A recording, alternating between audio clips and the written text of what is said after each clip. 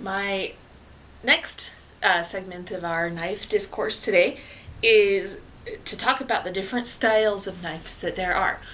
When you purchase a knife, it can be a little bit intimidating to know what kind of knife you want. So I'm just going to give you kind of a rundown of the different styles of knives that are available and what they're good for, so you can make your own decisions. The first knife that I kind of think is the most important knife is this style. This is a kitchen knife. I think that's what it's called. It's just a basic kitchen knife. The belly of the knife is slightly curved on the and it almost is symmetrical on the back to the belly. Not exactly symmetrical, but almost. It's got a pretty good rocking motion when you cut. It's a very versatile knife. This is good at chopping, it's good at slicing, it's good at dicing. The only thing it's not particularly good at is like slicing bread. It kind of has a tendency to smash through things. But it's got a lot of good weight to itself.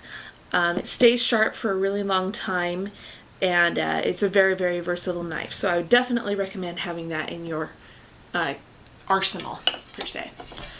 Your collection knife collection. This one, and this size, by the way, is about a 9-inch long.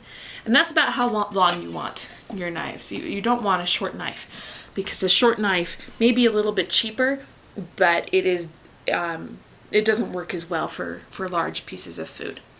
Which, isn't that what a knife is for? Is to get through large pieces of food and make them smaller. So definitely go with a bigger knife. This is the next style of knife. This is a santoku. It's obviously a lot flatter on the belly, and the spine of the knife, the back of the knife, has this noticeable curve on the end. I really like this knife for getting through vegetables, cutting, dicing, and chopping all of my vegetables, and meats also is very, very good for carving meat. It also has this little fluting, this divots along the side. You can see that. Those are used to reduce drag. So as you're bringing your knife through your meats and your vegetables, they won't stick as much to the blade, and therefore the blade can come through it a lot easier. This knife is just a fantastic knife. Again, I would highly recommend that you have a good one, a good large one like this. This is 9 to 7 inches. I can't remember exactly the length of this knife, but that is, and the length isn't from here to here. It's just the length of the blade, in case you were wondering. So it's definitely a good knife to have. And then I've got two ones here that are slightly smaller. I really enjoy having these knives, but I don't use them nearly as often as I use my large knives. So if you're looking to save a little bit of money, or you're not entirely sure what style to get, go ahead, get the larger size, not the smaller size, because the smaller ones are not as versatile.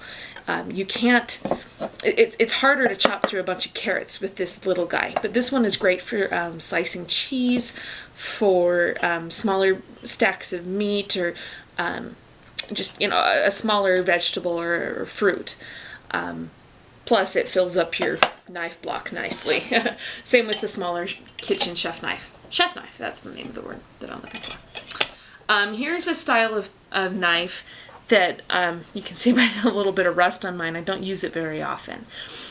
This is a boning knife, and it's really only good for boning, taking the bones out of meats, and like chicken or whole chickens or fish, because it's a very flexible, thin knife. It can get around things a lot easier. Unfortunately, it's got kind of this bend in the back of the knife, and so that makes it's nearly impossible to chop anything or to do anything with this knife. So if you're buying your knives separately, unless you're a hunter or a gamer that would really appreciate having something to take the bones out of things, I wouldn't recommend purchasing this knife. Since I bought mine as a set, I have one. And they come on almost every set. This is a fantastic knife. This one is a bread knife. Now, it's serrated. It's the only serrated knife that I own.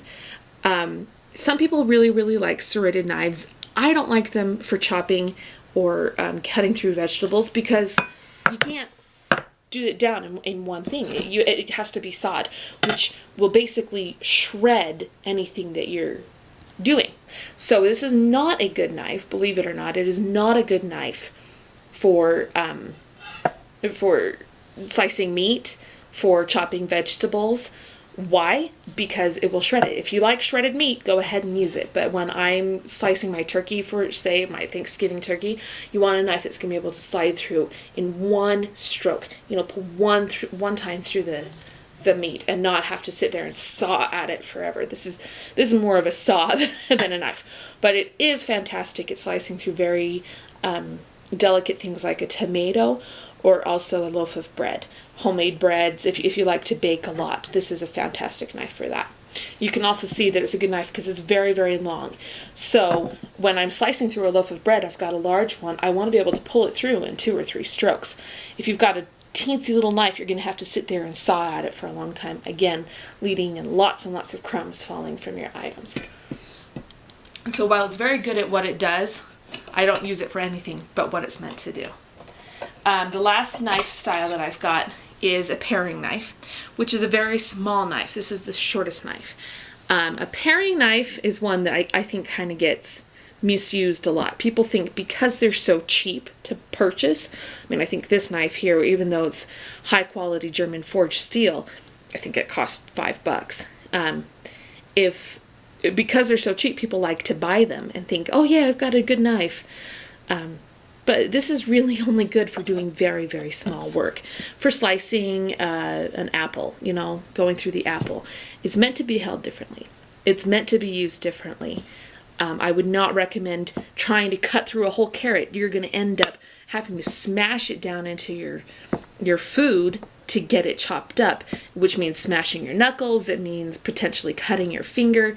And when you use the right knife for the right job, you're going to end up with a lot fewer injuries. You're going to end up with a much cleaner cuts on your food.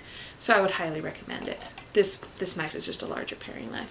So that's my set of knives that I have, and the different uses for each one of them.